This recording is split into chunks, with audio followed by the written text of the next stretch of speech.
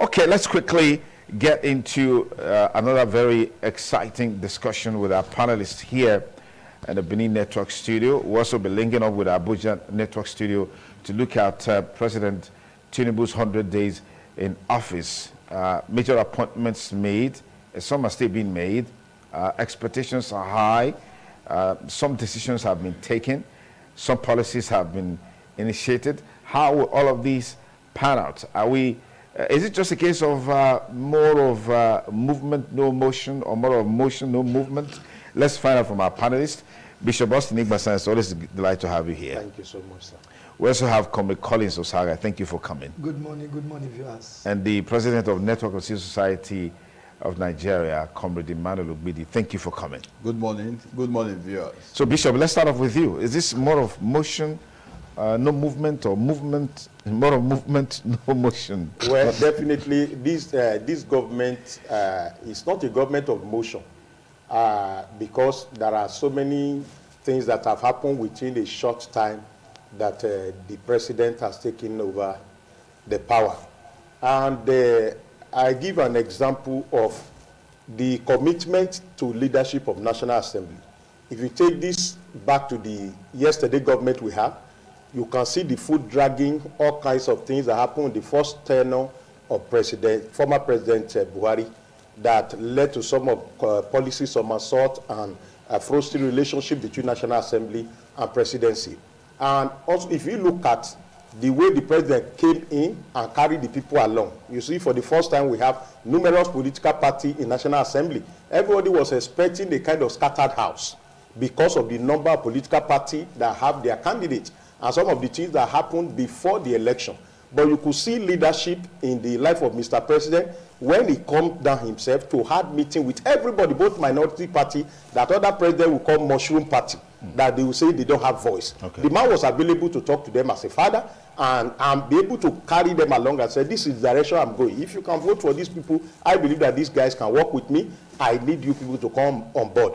And that is sense of direction as a leader that will take the bull by horn and also recognize that this is a party, a government of unity. It's not a government of just one political party. Okay. We have seen this particular president giving opportunity to those who are opposition, who really supported him when he was campaigning, and has been able to give them an appointment. These are payment for services rendered. Let us not take it out. Okay. I want to tell you that when somebody, we have seen in this country where people supported people, and when they come into power, at the end of the day, those who supported them are sent to jail. Okay. Some of us saw people who supported people to become governor, and they never had any offense. But because the person has taken the place of the seat of power, yes, he decided to punish all the people who supported him.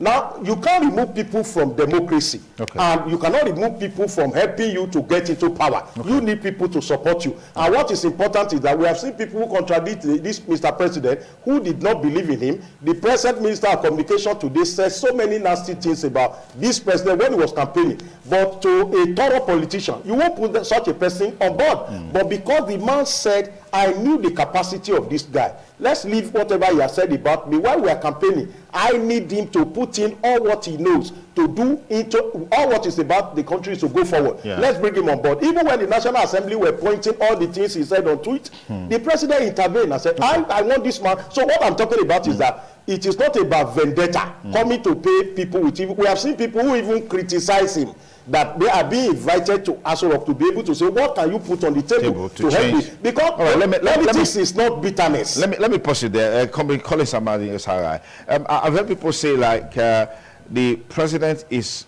perhaps going the way of his predecessor in terms of his nepotistic appointments. I don't know what you make of this.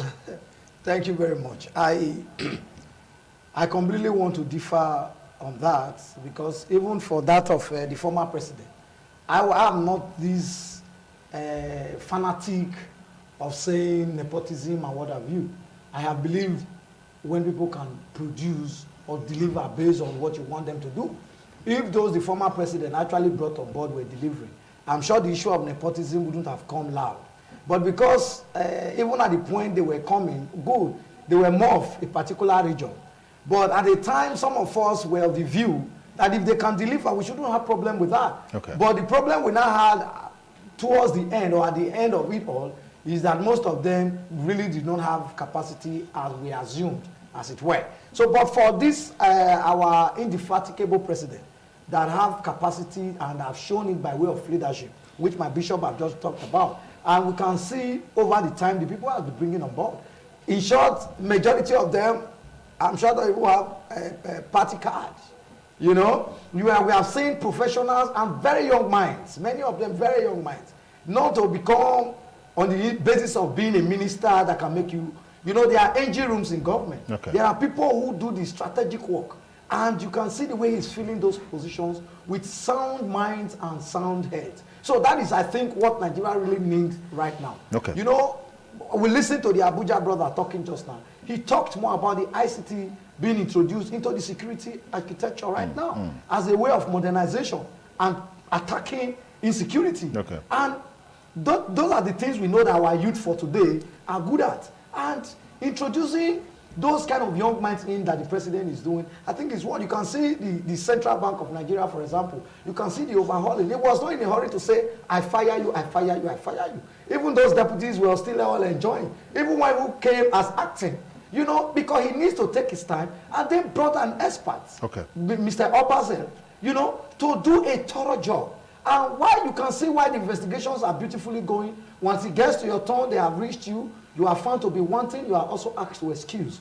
Why new names have also been submitted. Okay. So for the new names, for example, that have been submitted to deputize for the 4 major deputies for CBN, you and I can bet, having gone through their profile. They are the best that we could expect. Okay. And if nothing comes from there, then Nigerians then would not blame the president. That means it's going to be a general problem. Okay. All right. Let me pause you there.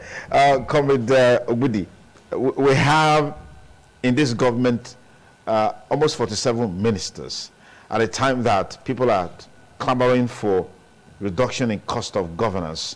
We're having more ministers who will feed on our taxes. We're asking the masses to tighten their belts, but government is not tightening its belt, as it were. All right, and what you make of these policies? The fuel subsidy removal has continued to take its toll on Nigeria. We just saw today that the dollar is skyrocketing. Fuel marketers are proposing increasing the price of fuel. I mean, all of these issues are going on. I'd like to get your take along those lines. Thank you very much. The truth remains that from the beginning, after the verbal, vocal, accidental discharge statement of Mr. President, subsidies is gone, or subsidy gone, the fact is that it remained a very wrong and faulty foundation in this administration that has made everything struggles, everything in a slow and a retrogressive pace in terms of economic development and direct impact on the lives of the people. The truth is that typical of African leaders is one thing that we are not very okay with retracing our step and apologizing when we have made some wrong moves or wrong statement. If not, that statement is a statement that should have been revoked and we have a restart. Okay, let me just pause you there. We'll take a quick commercial break. Stay TMI. We'll be right back. Please stay with us. TMI, every opinion counts. All right, good to know you're still there with us. Comrade Ma, yes, just quickly establish the point you're making. Yes, so having said that, the subsidy removal was a major destabilization to the incoming government and to the economy of this country, Nigeria, and the standard of living. Hence, for the past 100 days, we have not seen any direct impact of governance in the lives of Nigerians and improvement in our economy. Take, for example, one would have expected that a new administration coming in, looking at the scenario and all of the imbroglio around the fuel subsidy, would have at least 2-3 months gestation period to study the current situation, to know the direction and decision to take as regard subsidy. Subsidy itself was not the problem, and it's not a crime. Government all over the world subsidize commodities, essential commodities for its citizens. When our constitution says the security and welfare of every Nigerian is the primary responsibility of government, it means that the welfare of every Nigerian should be reflected. Take for example, petroleum is a very expensive commodity. Government subsidize it by way of giving it as welfare to the people. Take for example, rice is a major commodity, and when you look at the chains and process of production, and it's very expensive, government intervene by way of coming into the production line, agricultural sector, reduce cost of fertilizer and all of that. That's a way of subsidizing. So you cannot do without subsidy in any system or situation. So the removal of subsidy was very inimical to the standard of living of the people, and it is reflecting even to date. Okay, why would I be talking about removing the corruption around subsidy? Subsidy itself was removed. Okay. Now we have 47 ministers in the federal in this country. To what end? We would have expected that, looking our debt profile, looking at how bogus government expenditure and all of that is, we would have been able to build institutions, build civil service, such a way that they can handle issues that has to do with these various agencies. Okay, you have very few ministers. Let me pause you there. Who are there running these things? I'll come back to you in a moment. Bishop, because we are pressed for time, I'd like us to look at the impact made so far. Or is it a case of expecting too much at this time? Because every policy, whether political, economic, development, whatever, has its own gestation period. I heard someone say this government has over 15 spokespersons. We're just hearing people talking. We're not seeing anything tangible to hold on to. The Minister of Works, the Minister of Transport, Minister of this, everybody's talking, but we're not feeling the impact of what this government has promised. Or is it too early for us to start, holding government to their promise? What happened is that if a madman kill your mom, when you see mechanic, you would think he's also a mad person. Now, we have stayed too long under a government for 8 years that we have seen motion and we are not seeing movement. How can somebody say this government is not working? Now, the fuel subsidy we are talking about, in the time of former President Jonathan, he wants to remove it. People shouted to the roof. Who were the people? The people. Who were the people, Bishop? Yes. The people who shouted to the roof. They are the people in government today. Yes. What I'm so let's not forget that. Yes. What I'm even saying is that we stop it then. I'm not talking of the individual that rose up against it.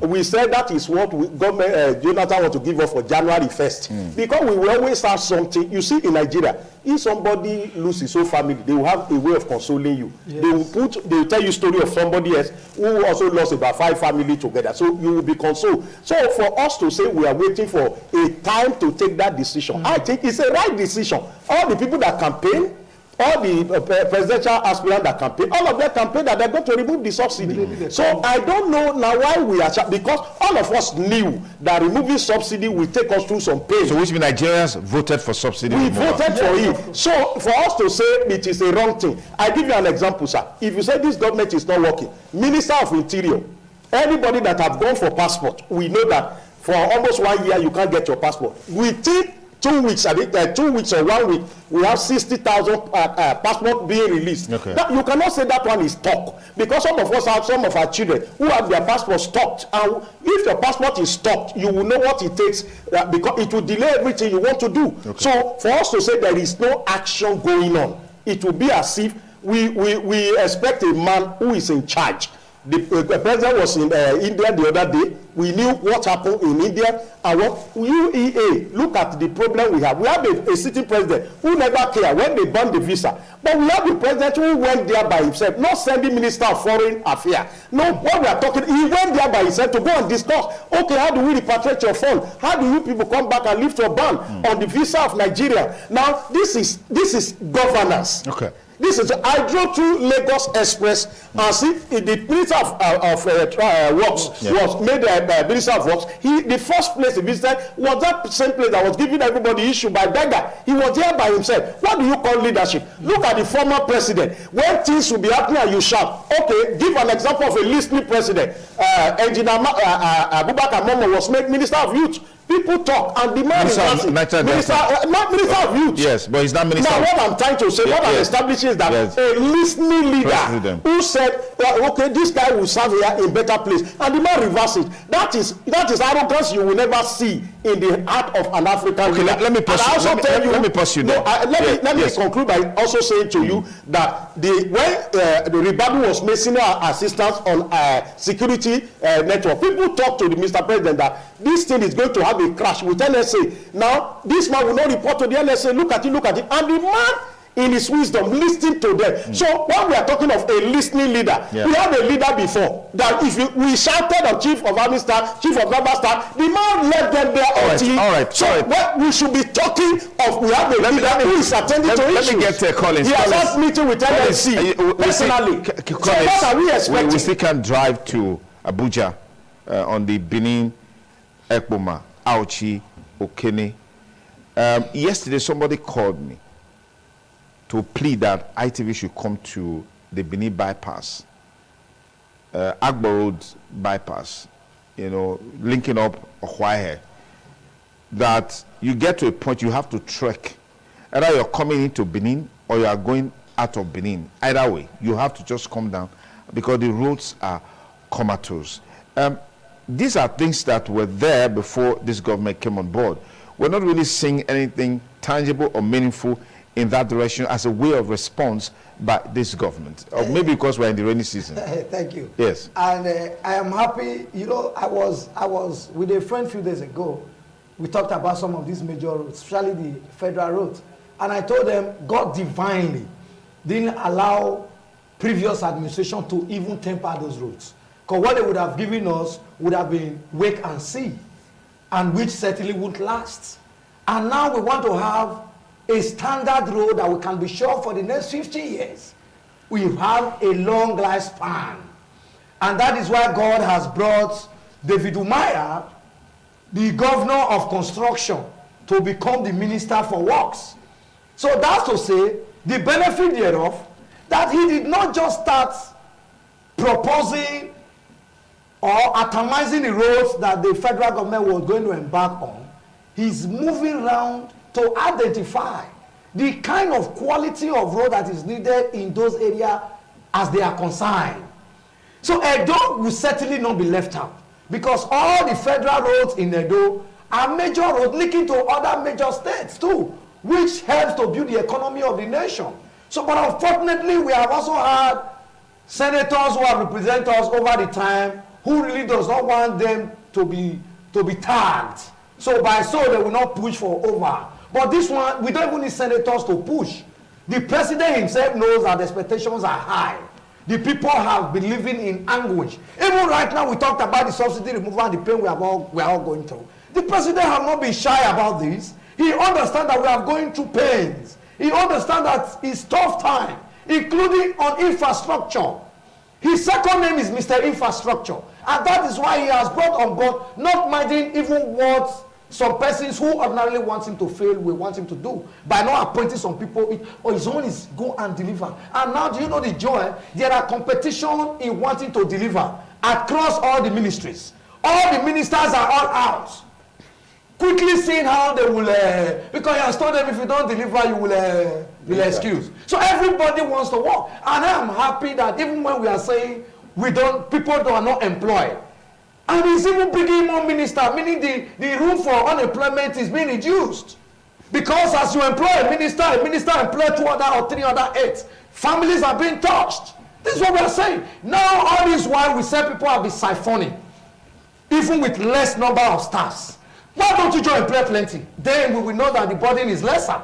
Now that is for that. For the road, I can assure you that the beautiful days are come where we may even have a federal road with tunnels. That is what Umahi can do. Because go and see what he did in Ebonyi as a governor. And in the next 30, 40 years, his name will still remain untouched in Ebonyi. So he wants to replicate it. He wants to replicate it in Nigeria. He discussed that with you. He wants to. He did discuss that. By their fruit you shall know them, okay. And by way of action you can tell what they want to do. Okay. Just like we talked about FCT today. In the next 2 years, I can guarantee you, FCT is going to be dragging with Paris or a session of Dubai, because we can now have an immediate constituency to show himself. And for those who are doubting his capacity, he wants to show himself. Now they will now also come to revenue. Now we are now also happy for the federal government, as it were, even when he's getting sympathy from the international bodies, international relations, to even support him and see this drive he wants, how it can be well fulfilled. Okay. Now that now also boil us down to subsidy that has been removed. All the so-called unnecessary funds that have surrounded subsidy, they are going to pile them. And don't also forget that those of these jobs must work with budgetary. Okay. Now they cannot budget, they cannot start working on Benin Auchi Road without a budget being passed to the National Assembly. So by the next budgeting, you will see how many number of roads that will be budgeted for, and you will see the capacity at which they will deliver. All right. And I can tell you, will be proud of the Mr. President. Are you comfortable with these thoughts, Comrade Dimao? Because these things, we can feel them, we can touch them, we can see them. The truth is that what is obtainable today, no matter what anybody is saying here, is audible to every Nigerians and is visible to every Nigerian, what they can feel and what they can touch. Now, let's go to the issue of roads. The Benin-Abuja Expressway has been awarded and budgeted in past administration, even into this very one. Likewise, the various federal roads. The Benin-Warri Expressway, 70 billion was approved towards the tail end of last administration, and no one contractor is on site working. You see, we cannot just come here and be making promises on behalf of individuals who does not know what the feelings of the ordinary Nigerians are in Edo State. Don't forget, we are talking about 100 days. It does not take 100 days to fill a government. And if we cannot fill them, it does not take 100 days to mobilize contractors back to site on our roads. The Minister of Works does not need to visit those states to mobilize contractors on site and get them to do the job. So all these things are on ground. We cannot continue to play politics with the life of our people. People are dying every day. Resources are being expended, and our economic are being depleted because there is no road infrastructure to move goods from one state to the another, from one commercial point to the other. It's supposed to be a case of an emergency, state of emergency, but that is not what we are saying. Now, let's also go to the issue of fuel subsidy removal. Now, you said you have deregulated. NNPC still announces the price of the price of PMS. How many persons? Because if you are deregulated, myself and my brother here, we can say, okay, let's put money together and let's import fuel. And we are selling in Uselu. Our price is 100 naira. And somebody in Sapele Road can also go and import. And the price becomes competitive. NNPC solely still imports PMS to this country. Where is the removal of subsidy, and where is the sincerity of governance in all of this? So if you look at all of these, you will discover that it does not take time for sincere governance to begin to have direct impact on the people. Now they came up with palliatives. You will ask me, palliative in itself, is it wrong? Palliative is not wrong, but palliative is not a permanent solution. We should be talking about permanent solutions in engaging national issues. Palliative that we are talking about, there is no one individual now or the various states that have received those money that can adequately do what? Account for what has been given.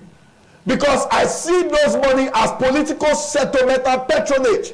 Because they will go down the drain just like every other ones have gone in the time past. Okay. So when we have major projects that Mr. President is supposed to be engaging on, major policy decisions that he's supposed to be making, no matter whose horse is gone, we are talking about palliative, we are talking about X, Y, Z. That is not what governance at this time is supposed to be made of.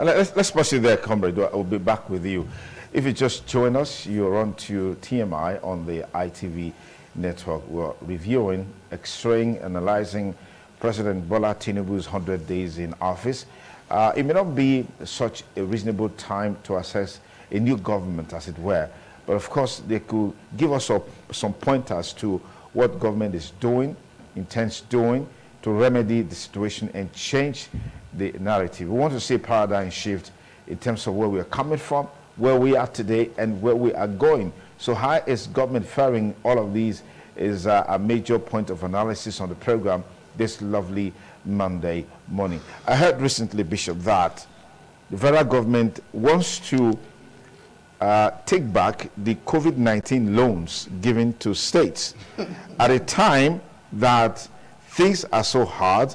Even the states are finding it difficult to meet up with the basic expectations of the people. Does this make sense? Now, I think that when you look at some of these,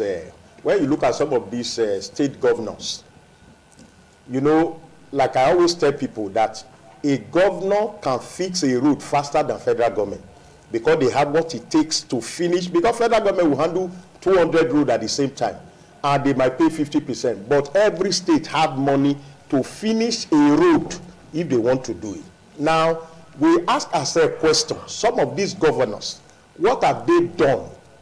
Now, I'm not talking of all of them. We have seen governors who perform fantastically well. When Wike was handing over to the new governor, he made sure they gave a particular project to Julius Berger that is connecting about 6 local governments in Port Harcourt. Now connecting them with flyover and all the rest of them, that's going to open up the place and turn that place to become a very major mega city. Now, they were charged 185 billion, and we can make sure they pay 150 billion at the commencement of the project. So they are left with only 30 billion. So he has no excuse. The governor has no excuse. The governor has no excuse to say we are not delivering. But you ask yourself, some of the governors of other states, what are they doing? Governors that they are not close to their people.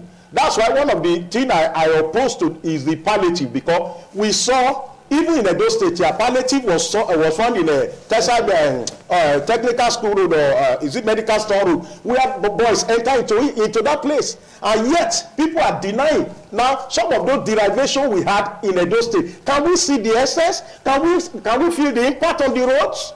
Now today, in 20 minutes, when there's rain, there's nowhere to pass. Everywhere stands still. Somebody sit down and said, I'm waiting for federal government to do something. Well, we know for sure that those who use the road are not federal people. It is your people in your locality. We have seen other states. We have seen them doing some fantastic something. We talked about insecurity. Look at what Governor Akeredolu did. He stood his ground to make sure that there is no sentiment. I'm a party man, but I'm concerned about the peace of Ondo State people. Though the president then punished him for taking that stand. I said, I won't allow strangers to deal with my people. But today you see governors of a state that their people are being murdered in broad daylight, and yet they are speaking English to people. So what I feel is that most of these governors, if I happen to be president, I will collect that money back from those state governors. Because you come and tell me today, is there any audit for security votes? What are they doing with all the funds that come in, internally generated revenue? How many of these governors are really accountable to their people? Okay. That you see governors talk as if they are God, that governors swallow their House of Assembly, that they shrink it and make sure that nobody is able to talk, and issues are happening around you are not doing anything. So I think that governance is about the people. Yeah. And if that COVID is met, when we see people keeping COVID something somewhere, the same palliative today, many of them denied. Many of the state governors denied 30% derivation that was given to them until we came out to come and say it was given out. Now after that time out, how many of those governors have come out to be able to say this is what I do with it, this is what I do in it? You have a governor in a state that just 15 minutes away, nobody can go anywhere. Right, Bishop, you cannot even go to House of Assembly because the House of Assemblies are not there. Let me pause you here. Let me pause you here, Bishop. Yeah, because we're pressed for time. Comrade, yes, quickly talk to us about this issue of having the COVID-19 loans returned by states, as it were. I mean, I just read about that today. Yeah. In short, you just put it to my notice, and I'm so excited to hear. Why are you excited about it? Because do you know why? One, all of these phones, what bank will lend assistance to this country, Nigeria? And the federal government, over the time, will continually use state governors to say they are distributing or they want to reach the people. And in return, they expect the state governors to get to the local government too, also extend that same amount of fellowship so that they will also do theirs. But they won't do, and they will seize all of these things. And the Nigerian people keep crying on top of the federal government. Federal government cannot be using their own quota after sharing allocation to still be helping states, and yes, states are not delivering. Yeah, but the federal roads are comatose. Instead, part of the allocation is to fix those federal roads. That's what I'm saying. Yes. Instead, let them begin to use their phones themselves, so that even people, instead of crying that federal road is not working or federal institutions are not working, they're off. Now you talk about security vote, for example. At the end of every month, each governors accrue to themselves over 800 billion, some 1.something billion, some even 2.something billion first as a security vote, and still they don't show any concern towards security issues around their states. They still tell you police is owned by federal government. Now I want to start a very quick instance. Area where I stayed a few days ago, we had an issue of some boys came wanting to kidnap some people and all that, carry them away from the community, and some community people quickly tried to intervene, stopping the bike the way they loaded them, and somebody took a phone and called the state police operative, called the anti-kidnapping team led by one officer Balogun. In less than, with the bad road in Saplero, I swear to heaven, I hailed them. In less than 30 minutes, they were already at the community with 2 buses. I'm not talking about police vehicle. And whether the Balogun went to rent those buses, so I don't know. 2 normal 18-seater buses loaded over 30 police officials, kitted with arms. Immediately they stopped the community. People were running, including me. Scatter. Well, I had to settle myself and I approached them. First to appreciate them. The vehicle they brought, the bombers were pulling off. Probably when they were going through the peanut houses and all of that. Now, if not, maybe for the express action their leader took. Yeah. And when they called him, you imagine what would have happened. Now, those boys did not kidnap those people they wanted to pack away. Now, that is police at their own service doing their own best. But you expect, how long did you go through Edwan? You see a new vehicles for police, as it were. But this has been, that's a recurring effort. We see that every now and then. That is why we must also be holding our state governors, local government accountable. Okay. Because these are basic things they should do. It will not cause the governor to supply police people 100 vehicles in 3 months. At most, in 3 months. Then they will sell out the other ones and bring in new ones. We are not even talking about buying them guns. Okay. These utilities. Okay. Utilities are important. Okay. Now, federal government must collect every penny that states are owing. If you cannot pay your salaries, let your workers hold you. Instead of collecting those monies, why don't you tell them to channel those funds to fix the roads in their domain that are Because bad. they will do wait and see. They will do a very substandard job. They will call their in-laws from the next street and tell you go and check that road before they wake up. Just walk it out. All right, and Ima, they will video it and put it on the television. let me get your final take on this, as you call it. Now, my take still remains this. You see, we said remove fuel subsidy, but the question is how. We didn't answer that question. Good. That is the aspect that we are not looking into. How do you do this? You want to set up a fish pond, and then you bring all your fishes, put them on the ground before you start digging pond and looking for water. All the fishes will die. Now we are talking about the COVID fund. You discover that the current pattern of implementation is not working. Is it retrieving or removing the fund that is the solution? Why not redesign the process or the pattern of implementation? Either by directly to the local government or directly to the database of individuals. The federal government, are they free? The traders' money, the market money that we are talking about that was implemented, the Shopee that was implemented by same federal government. How many people, what was the outcome? What is the relative impact in the life of every Nigerian today? They all ended up in the accounts of families and friends of these same politicians. Okay. So it's just like a case of kettle calling pot black. Let's not try to paint all of this situation. All right. Now the truth still remains that our government must be sincere and must be responsible to the people. Okay. All right. Thank you, gentlemen, for your time. Comrade Dima Ogbedi, President, Network of Civil Society of Nigeria. Comrade Collins Amadi Osaga, a member of the APC. Thank you for coming on the program. And Bishop Austin Igbasan, it's always a delight to have you here. Thank you, sir.